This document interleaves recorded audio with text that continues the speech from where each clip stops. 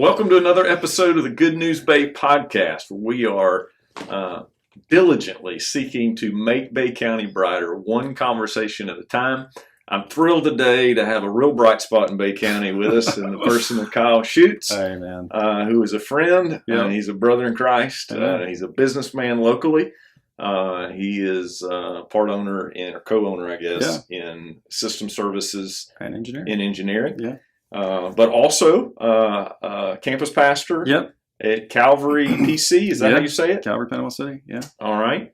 And so I'm looking forward to getting to just have a conversation with you about a whole variety of things. Yeah. And what's crazy is nobody knows what to expect with these two guys that are pastors, but also love the business side and a lot of the things that are going on in our community. So real quick, you're a married man. Yep, married. We just celebrated our 16th wedding anniversary.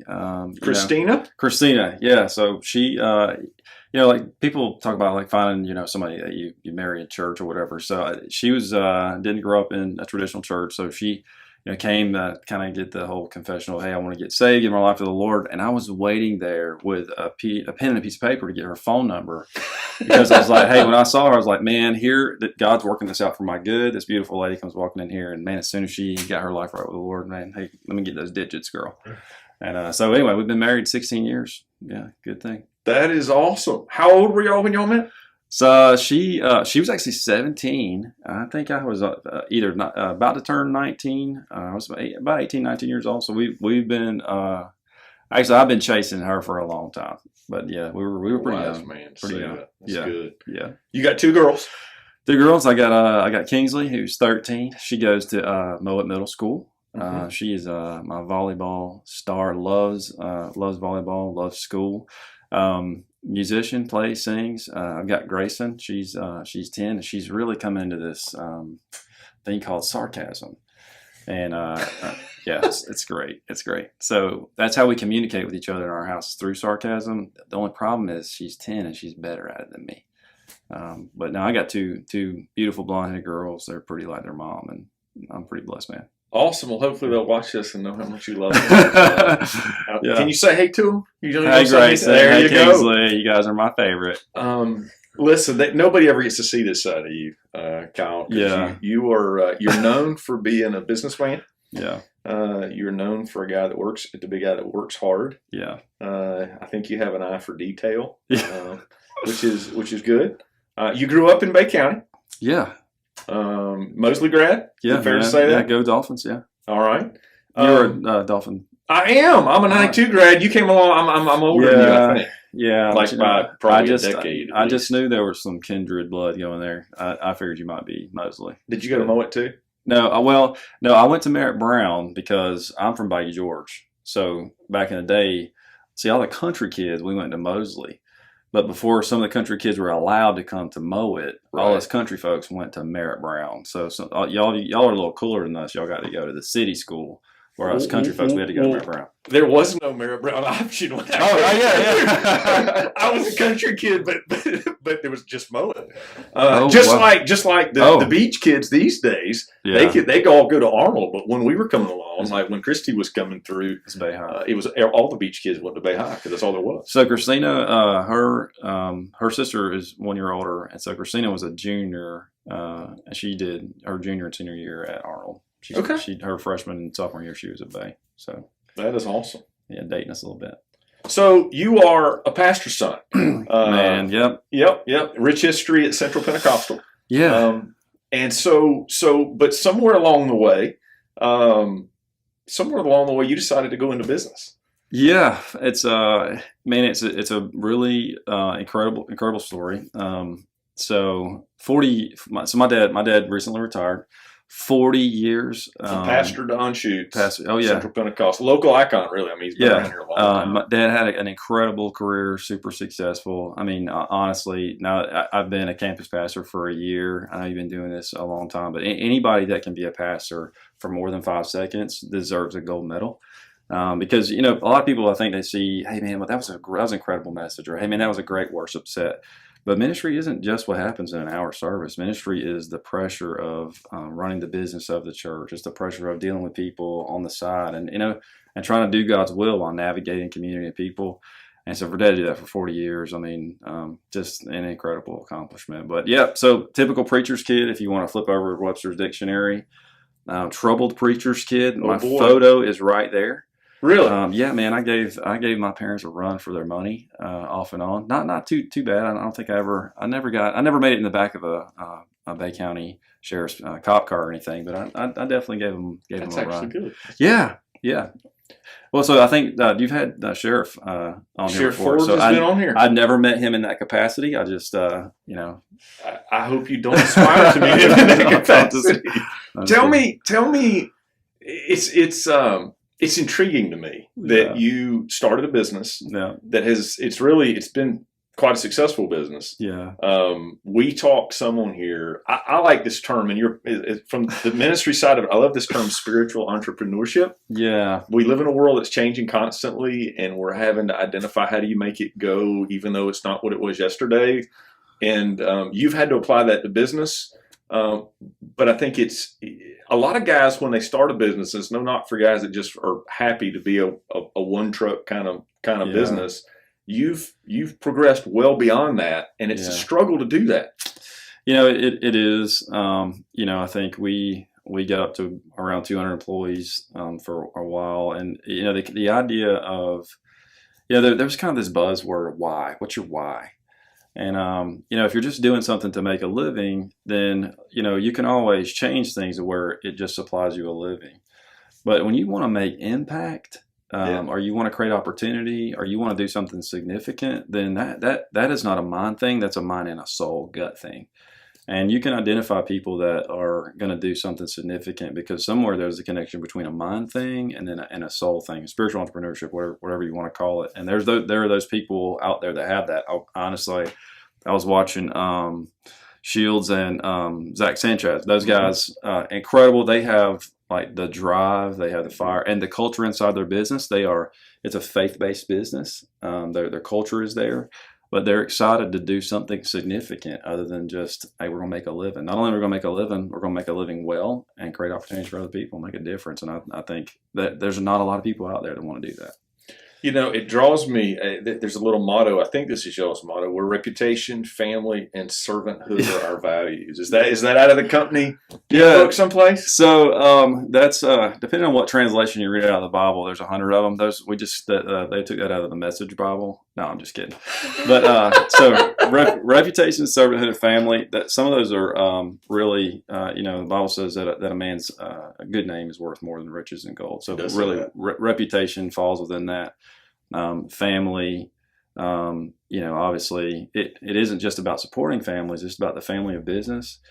So a lot of times in companies, somebody gets cancer, somebody gets sick, somebody goes through a difficulty. We wanted to have the business to be strong enough that when people walk through difficulty, that the business didn't have to retract for them for cost reasons, that we could really step up and support them financially, which we've been able to do most of the time, Lord willing. Hopefully we can sustain that. And then servanthood. I can't really take any credit for this, but I heard a speaker talking about one time about the organizational chart of heaven is really this upside down triangle where the CEO is at the bottom. And I'm sure you probably preached this 100 times. I think I've heard you. I stalk your stuff online, man. I listen to you. I listen to a lot of your videos, man. You're doing some really great stuff. I have a lot of respect for it. Okay. But Jesus is in the upper room. He is the same guy standing in the garden and says, hey, let there be light. And he's standing there and says, now let us make man. This same being is in the upper room, and he girds himself up and he begins to wash the feet of the disciples. And not only does he wash their feet, he washes the feet of the people that are going to betray him. And so the idea of servant leadership is not what you can do for me, but what can I do for you? And I heard a guy talk about how there was a joke. So all of you that are like Air Force people in Bay County, please do not send any hate mail on Facebook. There's a few of those watching. Hey, for sure. But there was this guy. I was at an event recently, and the guy was saying how the Air Force, it's all about the lay people supporting the pilot. But in the Marines, it is the officer supporting the field. And I really think a lot of times that the kingdom of heaven works that way. And we have tried to make our business the same way, that it's the job of the officers to support the field. And it's really this upside down triangle of servanthood leadership. So I am 100% with you on the biblical concept of servant leadership. Yeah. I think it matters. I think it's God's way. I'm curious though about the practical side, because my gut tells me that people want to work at a place like turnover rate ought to be smaller because people want to be a part of something that where they count, where community is there. People are really hungry for that now. Yeah. Have you seen as you because you've tried to create that culture in the business, right? It's for sure. I think there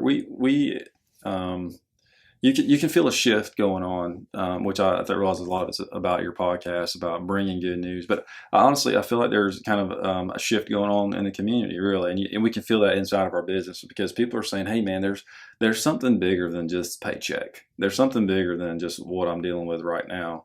And so, if you have an employee that's making, let's say that for math, he's making $100 a week working for us, or he can make $110 a week for working somebody else. Well, obviously, we want to match wages. We want to make sure that we're competitive. But what about culture and the vibe? Would he be willing to make $10 less working for us because the culture is that great? So you're walking through Main Street, Disney World. You ever take your family to Disney World? Yeah. There's this guy, like as soon as you get through the gates of Disney World, and he is sweating his behind off, selling those $50 balloons that your kid is like screaming and yelling, "Please buy me this balloon." But inside you want to say, "I'm not spending $50 on a balloon." So this guy is making $9 an hour, standing in the heat to sell this balloon. But he is so excited about being a part of the family of Disney that he loves selling that balloon for $9. Now, granted, we don't pay $9 an hour, but if Disney can do that, how much more, us faith-based business owners, right, people of the kingdom, why can't we inspire that? Because we're not Disney World, we're Christians. And I think that what we have, it should be more inspiring than Mickey Mouse or Walt. But trying to create that culture inside of business is tough. It's very tough because not everybody subscribes to that. That's for sure. Yeah. And it's not easy. I think you said you were up to over 200 employees at one time. How long has your business been around? I mean, it's still relatively new. We're still a baby. So we celebrated 9 years this past summer. And it has been, my partner and I joke. His name's Bruce Cannell. I think he's turning 55. But he drinks out of the fountain of youth. He looks my age. He's 55, and I'm like Benjamin Button, where I'm young, but I look old. So this I would not agree. Hey, these 9 years it has been. I've gotten more gray hairs, and then I realize this is you are Dr. Pastor Steve Taylor. And when you kind of get older, where you have those hairs that grow in places, you're like, my God, when did this start happening? So that's kind of been happening, but probably from the stress of building. It doesn't get better. No. I hate to tell you. No. 9 years. It's been an incredible ride.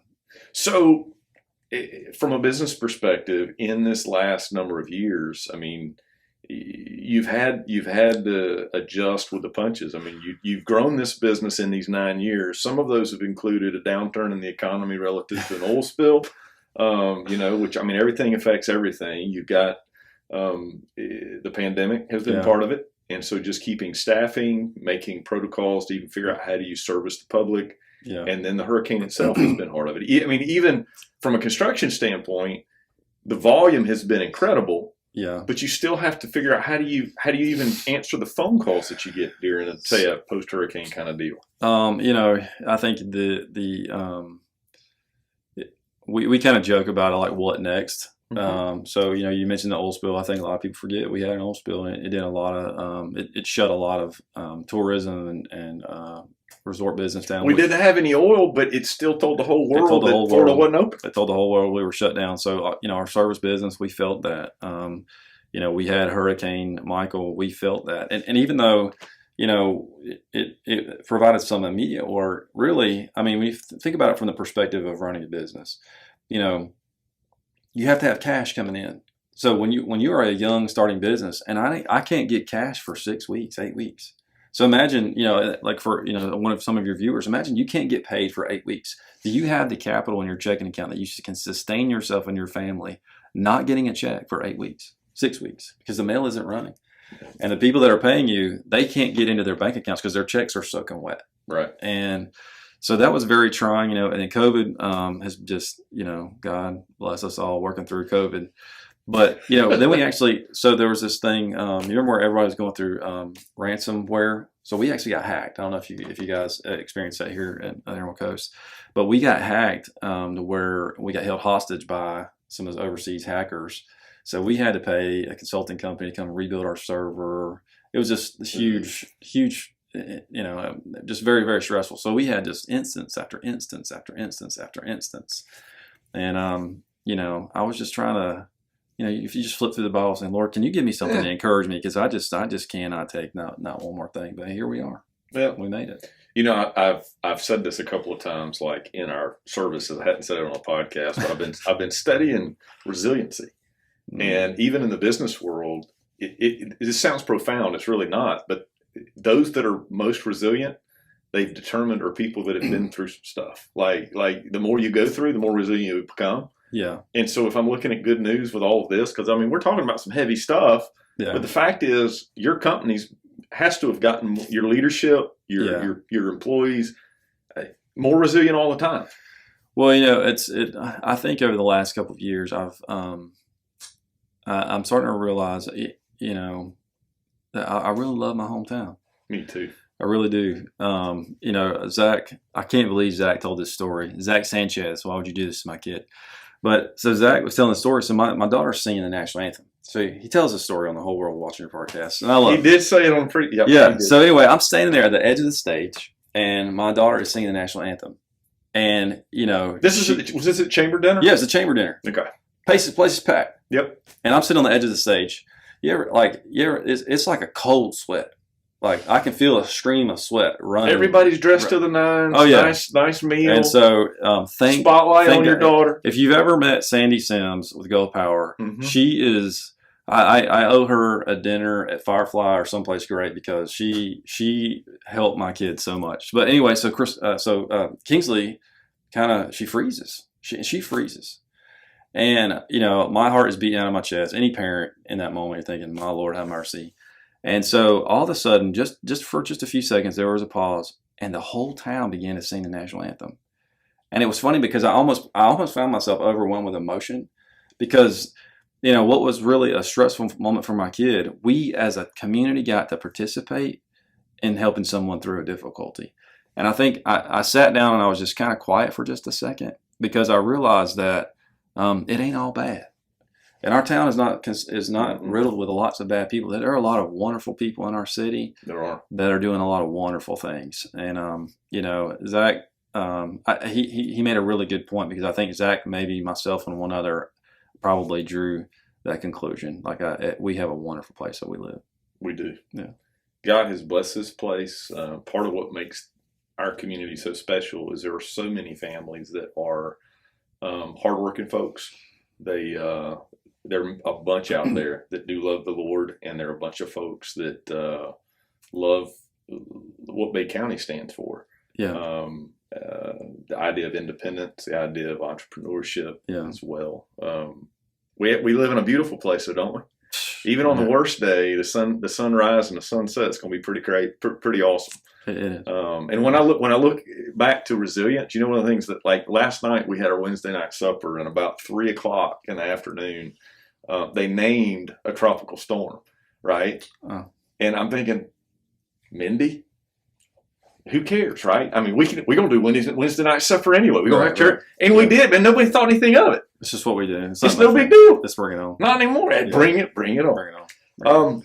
So listen, you've got tremendous respect by a bunch of folks in Bay County for what God's done with the business. Yeah. You've said already, and I learned today, the church that you pastor is going to be a year-old Sunday. Yeah. Is that right? 1 year. Yeah, we're celebrating our 1 year anniversary. So Calvary PC. Calvary Panama City. Yeah. I'm going to make you do this. You told me it didn't happen. I'm going to make you do it anyway. Tell me where is this place? It's on Wilson Avenue. Right? Hey, so not to totally mess up with the Dunn. So actually, not to give kudos to Dr. Dunn, but Leah Dunn we're renting from them. Okay. So who would ever think nobody wants to lease a building to a startup church because it's a little bit of a risk. We moved into the old D-Tech building on Wilson Avenue, kind of where Bay Credit Union is off 231, and then where Lowe's and Home Depot. So we're kind of tucked behind Mission Barbecue and all that. So it's a freestanding metal building, and it's very nice. They had it remodeled after the hurricane, so we really didn't have to do anything with it. But we took the warehouse And literally, we have church in a warehouse on Sundays, but we tricked it out. It's really cool. And you got air conditioning, right? Man, we have air conditioning. Because I know an air conditioning. Hey, there's one thing. One thing that you will not do at Calvary is sweat. The AC guy's always on call, isn't he? He's always on call. But I did. This is really sad. This happened to me when I was a kid. So I was sitting in the back, and we were taking care of the AC at my dad's church. Yeah. And just the AC was shutting down, and all the heads began to spin because everybody knows it's your fault. It's getting hot in here, and you're the AC guy. And so we had the same problem at Calvary, and I thought, this is really bad because I'm fixing to get up and just say something about Jesus. It's getting hot in here. They know we put this in here. Like, what this is really stressful. So, like, how can you play that off? So I just began to talk about, I really wanted to begin to lay the groundwork so you guys could understand what hell is going to be like. And about how hot it's going to be. And that was the only segue that I could talk about to alleviate the pressure and the embarrassment I had at that moment, because we were sweating. Well, I don't want to make you feel any less pressure, but I will tell you. Did we do something here at your church to make your people sweat? No. I was just going to say that I'm not an AC guy, and I hear about the AC every single week. Yeah. I mean, and I have every year I've ever been in ministry anywhere. I mean, it is what it is. Yeah. I got you. So, hey, you guys are on Wilson Avenue. Y'all meet on Sundays now, right? Yeah, we're meeting on Sundays at 10:15 on Sunday mornings.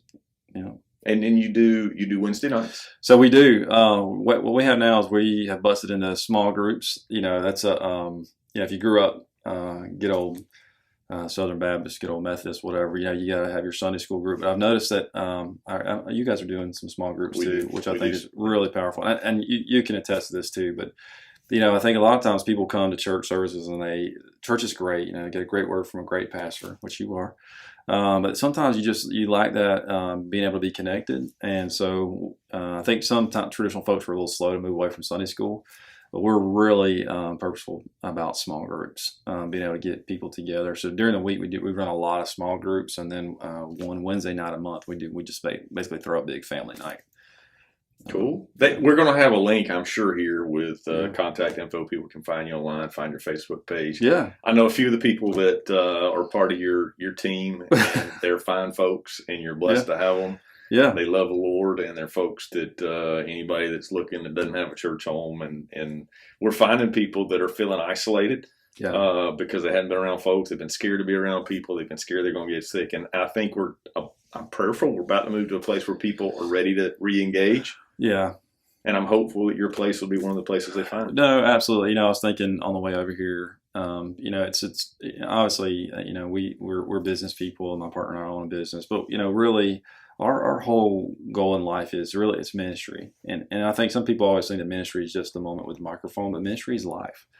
And, you invited me to your podcast to, really kind of tell the good news. But if it's cool, the director's like giving me any stink eye right here. But, really, man, I think a lot of times there's this kind of stigma in churches that we're all on competitive teams. We're all trying to pull from the same pool of people.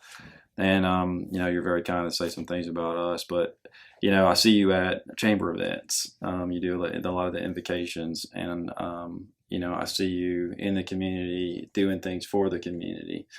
And those things, when you look at the business of a church, those are not profit gainers. Those are not, wins where the congregation is applauding, hey, pastor. But, I'm privileged to have made a friend in you. I've gotten to see you not just live the life behind your microphone, which I have gotten to hear you preach, and I enjoy hearing you preaching. But you're the real deal, man. You really love the Lord. I think you love our town. And, to be willing to do a podcast with me, it means a lot, because I think that there are people in our city saying, hey, man, is this real? Like, this whole Jesus stuff, is this real? And is it real enough that pastors can get past their stigma of their denomination and their four walls, that they love Jesus enough to where they'll work together, be friends and fellowship together? And, I just see you constantly pushing past those walls, and from the outside looking in, I know we don't have lunch and spend a lot of time together, but I appreciate what you're doing. I really do. I appreciate what you're doing. I appreciate what your church stands for and what you're trying to do in our community. And if nobody tells you, I believe you're making a difference. Thank you for that, brother. you were. I'm not even sure how to respond except to say thank you. I will tell you that, and you know this because your daddy's a preacher, but that just like preachers' kids are human, so are pastors, and I think some of that desire to do well and to make a difference in people's lives, it naturally elicits I don't know, maybe insecurities at times. I will say though that it's my heart's desire, and I think I'm 100% confident it's yours as well, to see Jesus made known. We don't talk a ton about Jesus on the podcast. I separate it from the church a little bit, not that it is separate. Yeah.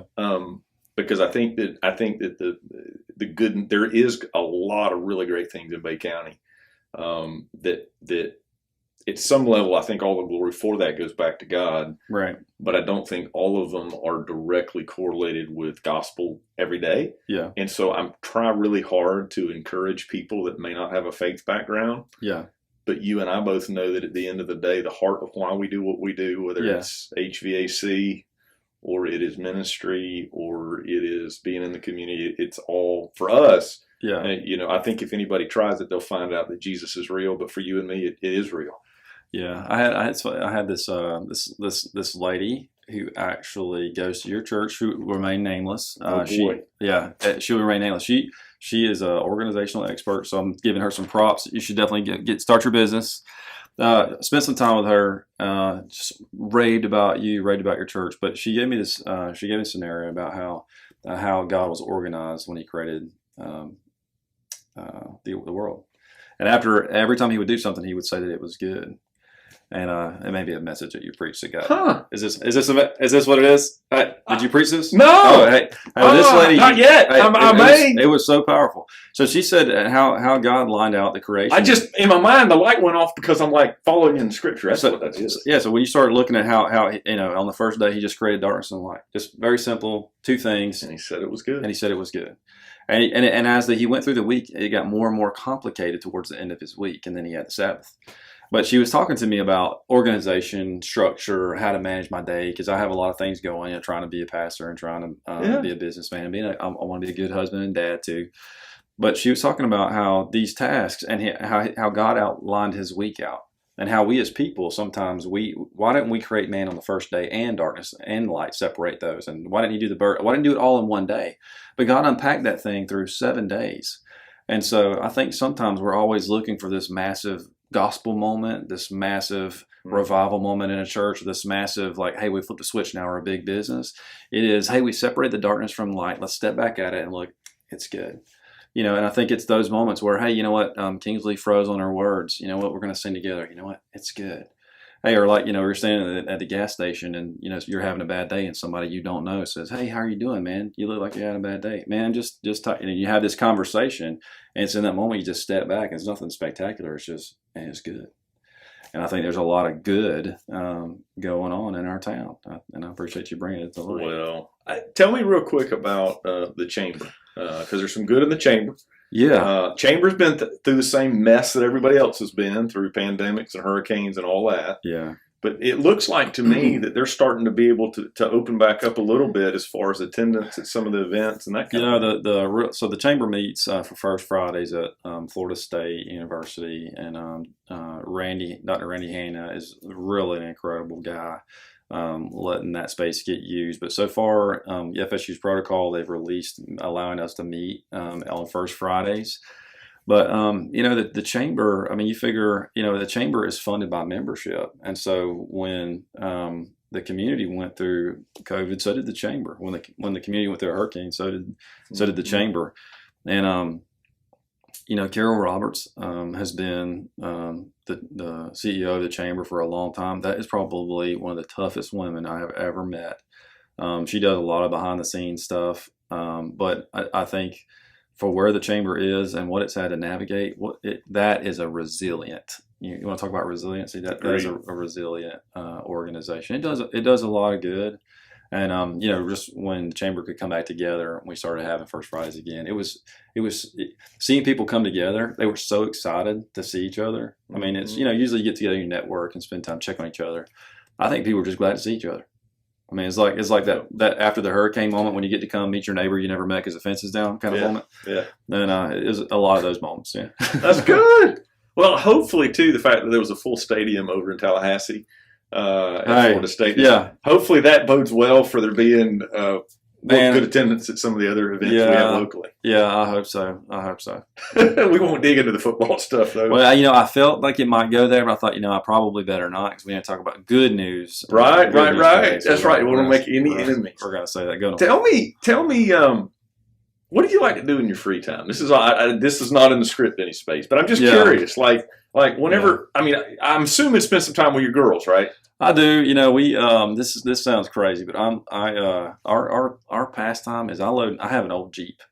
So I had a Jeep in high school, and I thought I was cool for about 5 minutes because I had this Jeep. And so I bought me, I'm pushing 40 now, so I had a little midlife moment. So me and my partner flew to Atlanta. I found this Jeep. It's already jacked up, got 35s. My Bayou George was showing big time. Yeah, you said 35s. I mean, that's I got it. I feel good. So anyway, I will load up in my Jeep. You can feel it when you say it. Oh yeah. Like when this is standard. That. Yeah. Remember those days? Yeah. So we go to Dave and Buster's, and that's kind of our thing to do. But me personally, I love to fish, freshwater or saltwater. But I love to bird hunt. Really? I love to duck hunt. I love to quail hunt. I'm an avid bird hunter. And I'm going to test you on that. Can I do that? Can I put you on the spot? Go ahead. Duck season's coming in, right? There's going to be a weekend here soon. Yeah. And dove season. I'm not a bird hunter, but those are all things that are fixing to happen for us here locally, right? Well, I think if you're not a bird hunter, you should be. Oh, really? Yeah, and I was thinking, this boy, this is good news, and Zach Sanchez saying that in the microphone, was able to bring us in the conversation that I think Zach should furnish us with 2 of the nicest over and unders that CNG has. Oh my! And I think that Pastor Steve Taylor and Zach Sanchez, I think that we should get a quail hunt or something together and do that. Yeah, honestly, to me, I don't think that's good news for Zach. Hey, it is. But so you like all bird hunting? I love it. Quail hunting is a lot of fun because they're working dogs, and it's I can't deer hunt very well because my brain runs 100 miles an hour. You can't sit still. I cannot sit still. So there's an email that needs to be responded to. There's a text that needs to be responded to. There's something I need to read. So I can't sit in a deer stand. But quail hunting, you're moving the whole time. Yeah. And so, you and I can have a relatively calm, quiet conversation and still be able to participate in the hunt, and you're moving. And I got into that several years ago, and I love quail hunting, love bird hunting. Duck hunting is good because I got in a little bit of trouble. And so I realized my wife may watch this. Uh-oh. But the idea is, so when you go hunting, if you got your buddies to go. Your kids may too. Yeah, it's okay. I have a Proverbs 31 wife. Just kidding. So, attaboy. Yeah, it's for you, babe. It's for you. So, duck hunting, you can get up early. You can go set up in your duck blind. Literally, because we don't have like this great flyway where you're going to shoot ducks for hours for the most part. No. 30, 45 minutes, boom, duck hunt, got to pick up your birds, and you're at the house. So that worked out good for us because I can get up before daylight, I can shoot birds. By the time I get home, nobody's even awake yet because it's still, a Saturday morning. It's, I'm getting home 8, 9 o'clock in the morning. So, I'm cooking breakfast, I'm with camo, and I can get to go spend the day with them, and I don't get in trouble at all because I haven't cramped into the family time at all. So that's a great news for the family man out there. Yes, it's a great new shooting sport. Yeah, if you're looking for something to get into where you won't cramp your family style, duck hunting is where it's at. All right, this is good news. Yeah, this is real good news. I like it, brother. Thank you for sharing something personal. That's cool. Yeah, absolutely. Listen, we are thrilled. I'm thrilled. I'm proud to have such a fine business establishment, but also family man, somebody that loves Jesus. Yeah. Wants to make things so that other families can win. Yeah. Win at life. Yeah. Be successful in a way that honors God. And it is a cool thing to be literally on the same team, trying to make a difference in the community. It's great news. It's great news that God is blessing what you guys are doing at Calvary PC. I hope some folks will check it out. Yeah, thanks. And I appreciate you sharing a little bit. You may not feel like there's a ton to give on the business side, but I'm telling you, there's some guys out here that want to hear some about that you've shared about how you've walked through some of the things you've walked through. Absolutely. So appreciate you helping us share. Yeah, some thanks for the goodness. invite. I was so honored to get the text and to be able to be a part of what you're doing, man. And you're doing good things, and I'm excited to be connected with you. Thanks, brother. Yeah.